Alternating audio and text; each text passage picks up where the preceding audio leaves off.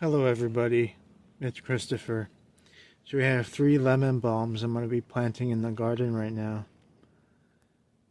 So should be good to try. Okay fellas, let's do a garden night update. Should be interesting.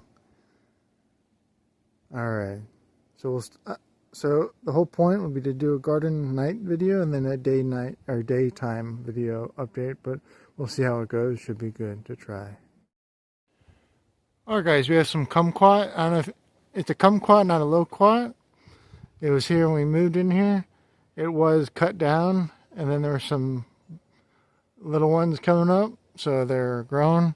So the flowers take a while to mature, a couple month or so, and then they'll turn into kumquats. So it's a nice tree. It was bigger, but yeah. But pretty excited about that. Should be good. So I lowered my fence. This is cattle panel. And then, so I haven't had any armadillos come in a minute, and a couple weeks since I put this, I cut it and then I lowered it into sections on the lower part of the fence around the garden. So I haven't had any armadillos come in to eat my worms or so.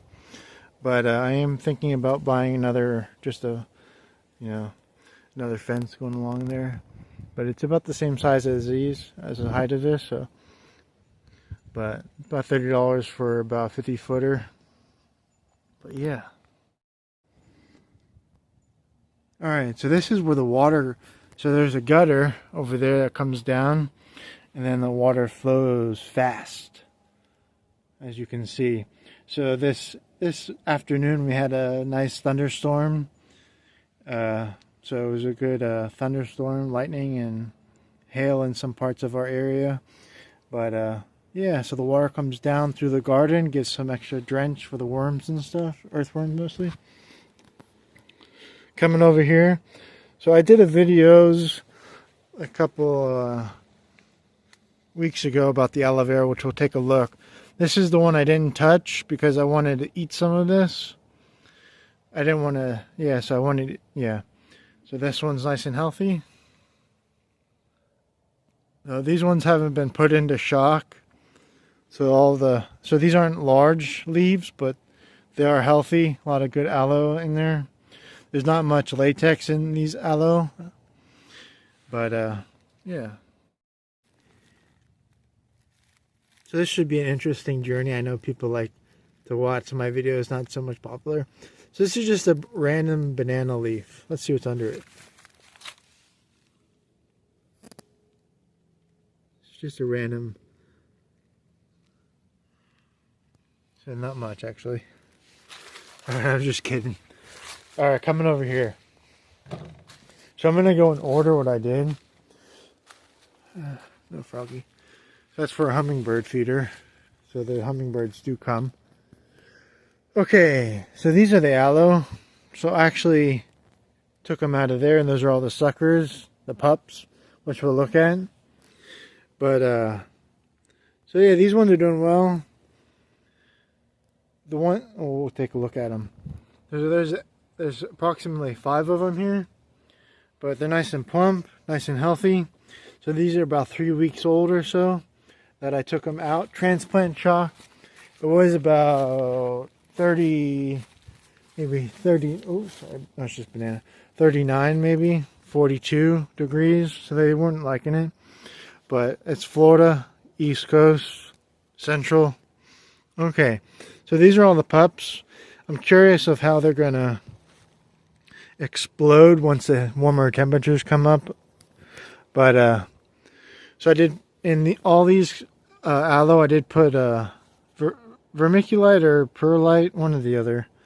It's, yeah, so I put those in there just so the roots would have some air because they are aloe. Oh sorry, lemongrass here. But yeah, so these are just pups, a lot of them. We'll see going from now. Focus. Okay, so there's 1, 2. They are doing well.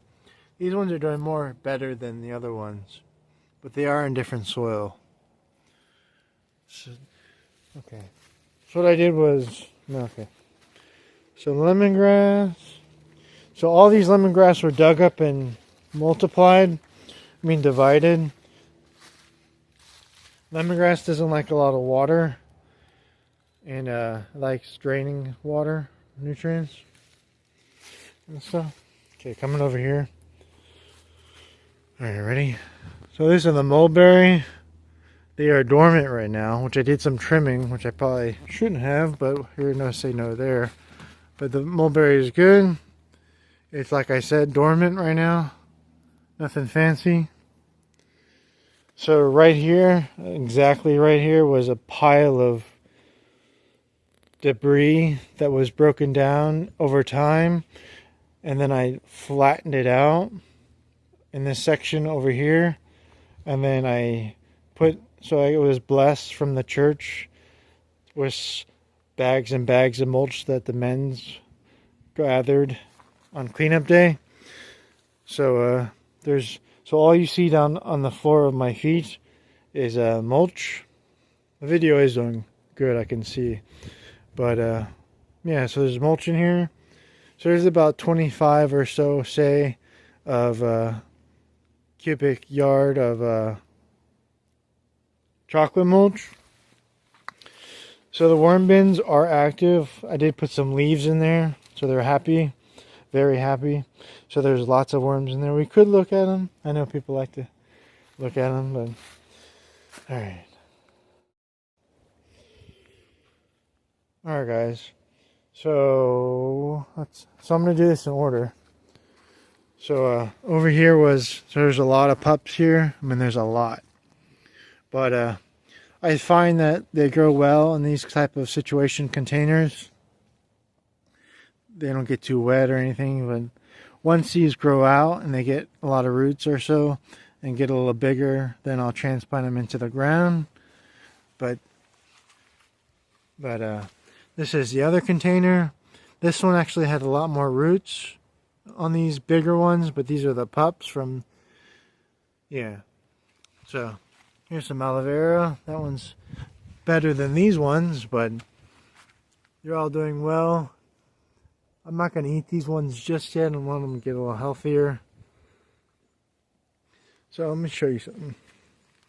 So in my long videos a long time ago, in the beginning of my garden, I bought these mulberry seeds, if they were mulberries, but maybe we'll find a fruit or something. But this is what they look like. So they're a vine. They don't have tendrils, but they have little fruits that come up with flowers. I don't think they're tasty, but they're very evasive. But each 3 leaves has a node that can root into the ground. So if I let them grow, which isn't a problem, they'll be everywhere if I don't weed whack them. But so they're all through the garden, which they're good for erosion, you know. All right. So this is the other cherry bush. I think we got this one, didn't we? I'm not sure. But there are some flowers. They bloom, I think, late winter, early spring-ish. That's what, when I Google searched it. This one was store-bought. That will come over there. Gotta watch out for spiders, you know. So this is actually one that was grown from... So the seeds that fall are very fertile. I could have hundreds of these things. Not hundreds, but 50 of them. If I wanted to. But... so that one was grown from seed. It's big. Picked up this parsley from Home Depot. It's doing well. I did harvest a little bit like that. Another small little banana. So these are all the same banana trees, as I said. This one had little roots on it. This one was from seed. Cherry bush tree. Another banana. Where are we going, Chris? So this mulberry, so the whole thing with mulberry is it gets very big really quick. It has invasive roots, so you don't want to plant it too close to the house. What you can do is bend the leaves instead of cut them, which I should have done a long time ago. And if I did do it a long time ago, I should have. I'm just rambling. So I got some bananas. I'm just kind of holding off on cutting this guy down. But so when you eat the bananas, if you're not in a rush, you just cut the bottoms and then you eat that one. And then once that's, then you eat another one, and then you eat another one. So you don't have to harvest them all at once. That's what Google was saying. Spider somewhere. All right, coming over here. This is a little exciting. So this is from a neighbor, which no, it's another neighbor. So a neighbor that I got the aloe vera, a neighbor that I got this cactus. So this cactus is very nutritious, very good for you. I just blend it up and drink it, very good for you. So, let's see an example. So those are the fruit. Where's my finger? And then it'll turn into a leaf. That's what I think. So this branch here, it comes down, and then there's the main stem. I don't know what that's going to turn into, but we'll see. So there's a couple around here. I can't really eat it, much of it anymore because I want it to grow. In the beginning of the video, so I planted the lemon balm down. So it was one there, one there. So this is kind of sandy soil. It's good for cactuses and things that like it a little drier. And there's another one. So I put a bunch of paper shreds down there, mixed it in with the soil because I have no vermiculite or perlite, but I think they'll like that. So this is a mulberry that wanted to be moved. That's where the aloe vera is. The aloe vera probably will do its thing, but that one there wanted to be moved. That's what made me do it, but yeah. So they're dug deep. It was hard to dig them down because they had L-shaped roots. All right. So it is quite exciting to look at these worm bins because they've been in here for many years. We could look at them. It is exciting, but I have to go get a rake just to disturb them. But it's not cold out here. It's probably 60s. The Arctic vortex or whatever is moving through the country right now, the United States. So it's getting pretty wicked. It's going to be very cold. Very cold. Not here, but it's, here's oregano. Very good for you. Italian oregano, I'm thinking. But it's very good for you. Very fragrant. So with this mulch, let's see if I can get a worm. Nope. I did put it through the lawnmower just once. When I first put it down, it was thick, and I just said, hey, I'm going to cut. So this over here, I directly mowed this with the mulch in place, the leaves. But in the future times, I did it on the outside of the garden, and then I moved it in. So another thing I bought from Home Depot was some mints. So I'm gonna let these go wild. See, there's what is that? A broken down papaya. So this is where the debris field was, but I buried it, and there's probably tons of micro worms and okay. So another mint. So those are peppermint, I think. More mulberry. Other side of the mulberry. So there's mulberry that runs along here and then along the house. Not along the house because of invasive roots, but some distance because it rains, so they help with erosion. The county came and dug that out, put a culvert in by the road, and then the water, it's quite interesting. The water flows like that, and it goes back there, and then it goes all the way to, what's it called? I'll say it now, so I don't leave me hanging. What's it called, Chris? Okay, I remembered. So it goes down there, it goes a long way to St. John's River. Long way. But it's all gravity fed, so, but yeah. Bananas, they're ready to probably be harvested. They look good, probably good for you, very good for you. But they need to be harvested. That needs to be cut down and probably put in this pile. This is another pile I'm working on. So when I had family over here, I was kind of forced to be outside because I couldn't eat. I usually eat later in the evening. But so a lot of mulberry. So papaya will completely break down, even if it's a large papaya. It'll literally just melt away into the soil with moisture and worms but so if it's totally decomposable. So that's just my new pile. Yeah. All right, where are we going, Chris? Let's see. All right. All right, guys. So we're at this side of the yard of the garden, and so this is where the water.